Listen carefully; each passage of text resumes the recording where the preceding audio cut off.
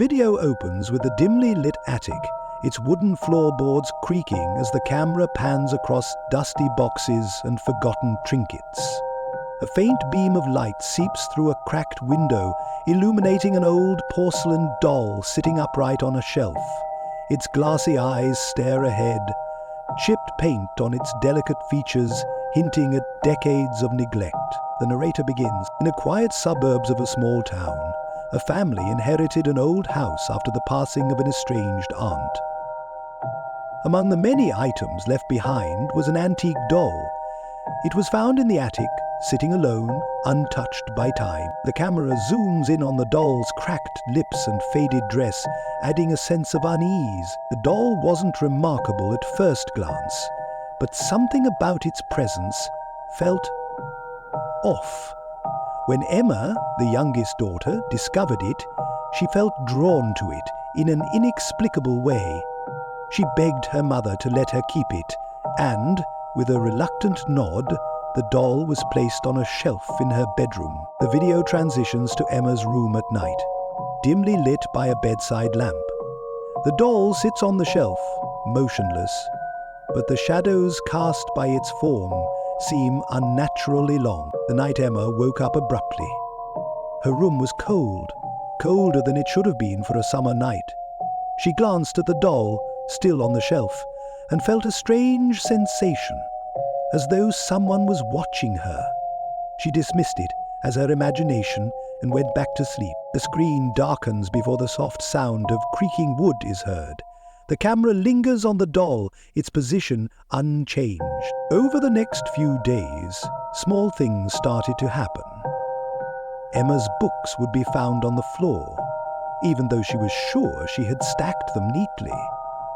Her closet door, always closed, was slightly ajar every morning. She told her parents, but they brushed it off as her being forgetful. The camera shifts to Emma sitting on her bed, staring at the doll.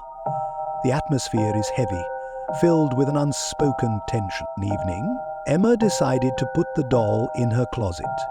She felt silly for being so nervous around it, but she couldn't shake the feeling that it was better out of sight. She closed the closet door and laughed to herself, feeling a wave of relief. The screen fades to black, with only the sound of soft footsteps echoing. In night, Emma woke again. This time, her closet door was wide open. The doll was sitting on the floor, its head tilted slightly, as if watching her. Emma froze. She wanted to scream, but couldn't find her voice. The camera zooms in on the doll's face, now slightly illuminated by the moonlight, scowling disgracefully.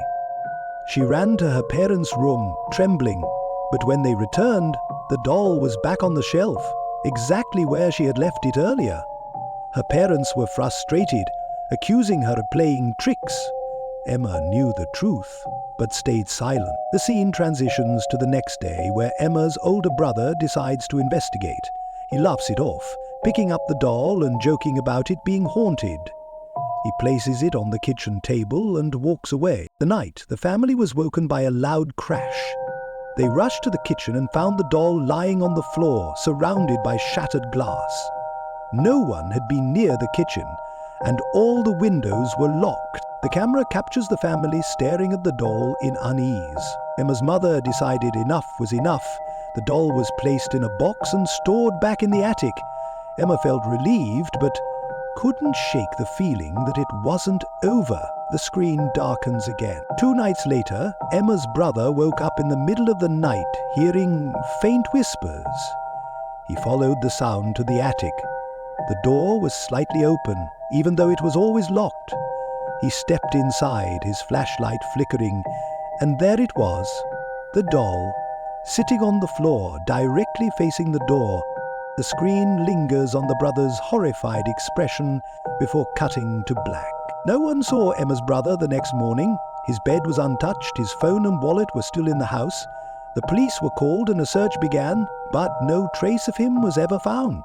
The camera fades back to the attic, where the doll now sits on the shelf again, its glassy eyes reflecting the dim light.